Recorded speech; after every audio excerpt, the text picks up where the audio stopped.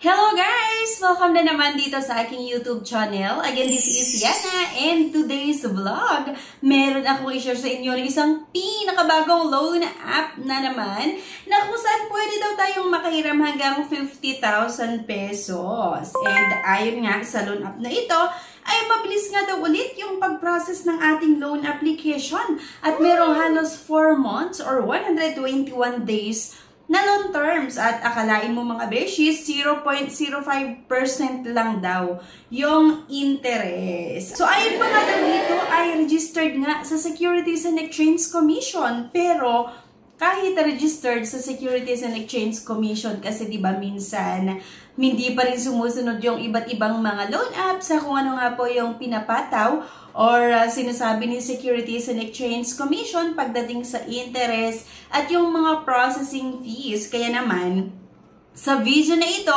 ay sana mapanood mo nga hanggang sa matapos para magkaroon ka ng idea kung okay ba utangan yung loan app na ito. Maaari kasi na nakita mo yung ibang mga odds nila at naengganyo ka na naman na utang. Okay, pero syempre bago ang lahat mga beshies, tuloy-tuloy pa rin po yung pamimigay natin ng ating pa-cellphone giveaways. Kaya ayan, subscribe na nga po kayo para magkaroon ng chance na manalo ng isang brand new na cellphone. Ito na nga mga beshies, ang bagong loan app na naman na ito ay ang Mabilis Lucre. Ano ba to? Mabilis Lucre online loan app. Under nga ulit ito ng Peso Loan App Philippines Cash. Kapag i-open nga daw natin ito mga beshies, ito nga po yung sinasabi ko kanina na pwede daw makahiram hanggang 30,000 pesos. Meron nga daw po itong 121 days na loan terms at merong 0.05% per day na interest. At ito na nga yung patunay na ayon sa loan app daw nila ay registered nga daw po ito sa Securities and Exchange Commission. At kung interested nga daw po tayo na utang, i-click nga lang daw natin yung Take It Now. At ito paulit-ulit, diba? Itong loan amount, okay? At verify identity. At agad-agad mga beshies, kailangan nga natin makapag-upload ng isang valid government ID kasi sa mga loan app talaga or pati yung mga ibang nagpapautang online, isang valid ID nga lang yung requirements para tayo ay makautang. So dito, meron daw or pwede yung driver's license or driving license, UMID passport, yung national ID, yung TIN, yung health card, at meron pang other option, yung postal ID, PRC, SSS, Pag-ibig, at pati voters ID, pwedeng-pwede nga daw dito. At syempre, UMID ID na naman yung meron sa akin, kaya UMID ID yung ginamit ko. At pagkatapos nga natin makapag-upload ng isang valid government ID, meron din itong tinatawag na facial recognition na kung saan itatapat lang natin yung cellphone sa ating mukha at i-follow yung instruction. Minsan, kailangan daw tumingin sa left and right, ganyan. Pagkatapos nga yung pag-upload ng isang valid government ID at facial verification, meron nga din itong tinatawag na personal information. Please fill in your real name information. At dito naman mga beshies, mag-iingat po talaga tayo sa pag-uutang or pag-a-apply sa iba't ibang mga pautangan online or mga loan app kasi di ba kinukuha nila yung infos talaga natin at kapag hindi mo rin naman ilagay yung totoong impormasyon or infos mo ay possible talaga na hindi ma-aprobahan ng inyong loan application. So ito na nga daw sa pag-apply dito, kailangan mong ilagay yung education, marital status, yung number of credit cards kung meron man, email, gender, at next nga ay yung work information. Dapat dito daw ay masagutan yung company name, company address, company phone number, profession, at yung working experience. Next nga, contact information na naman. Please fill in emergency contact information. Ilalagay mo lang kung ano yung relationship mo doon sa ilalagay mo nga na personal information at syempre yung contact number nga.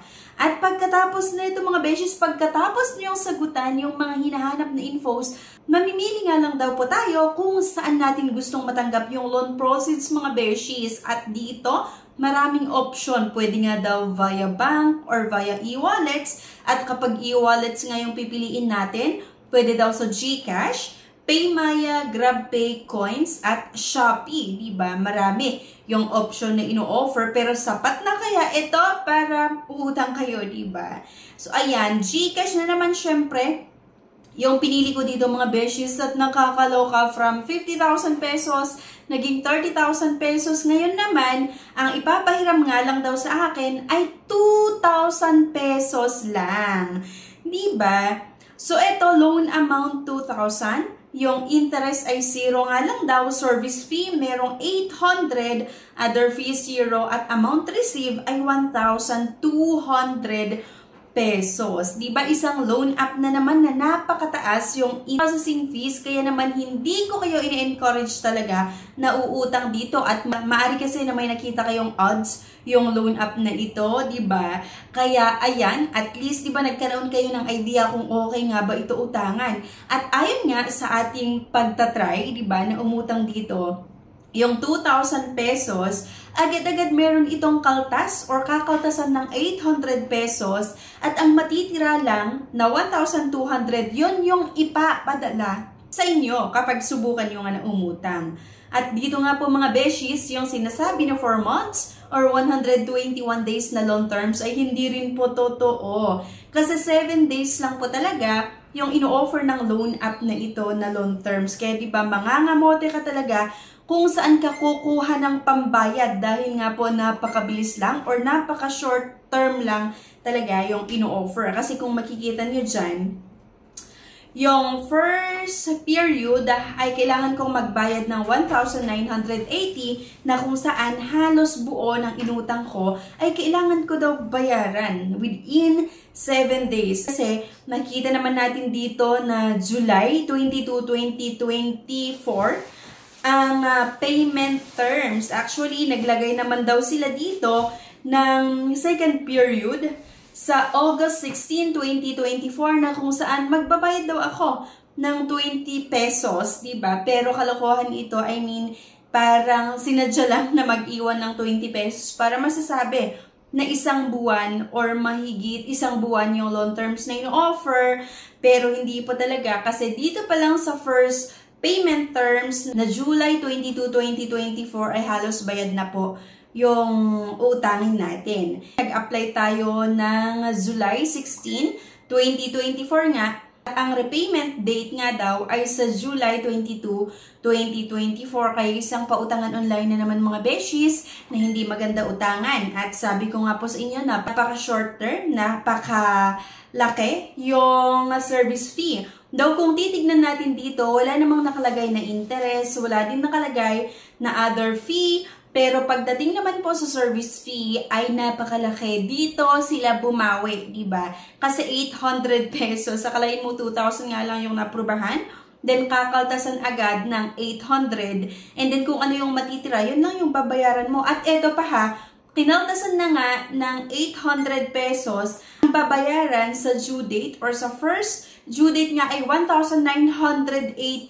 Kaya doble-doble po talaga yung kukunin nila sa atin kapag tayo nga po ay mangutang sa loan app na ito. Kaya please lang, kung ayaw nyong masira ang buhay nyo, huwag nyo nang subukan na utangan yung loan app na ito. Kahit gaano pa kaimportante yung panggagamitan nyo, please lang, gumhanap tayo ng ibang paraan na pwede nating mahiraman. Pwedeng sa kapamilya, diba? Sa kaibigan.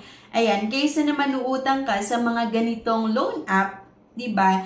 Na kung saan sisirain nila ang buhay nyo. At marami na rin kasi yung mga case na pinahiya ng mga agent or ng mga collector ng iba't ibang mga loan app kapag yung client or si borrower ay hindi nakabayad. Kaya mag-ingat po tayo. At ayun nga, kung hindi talaga natin kailangan ay abay wag mo nang subukan na manghiram.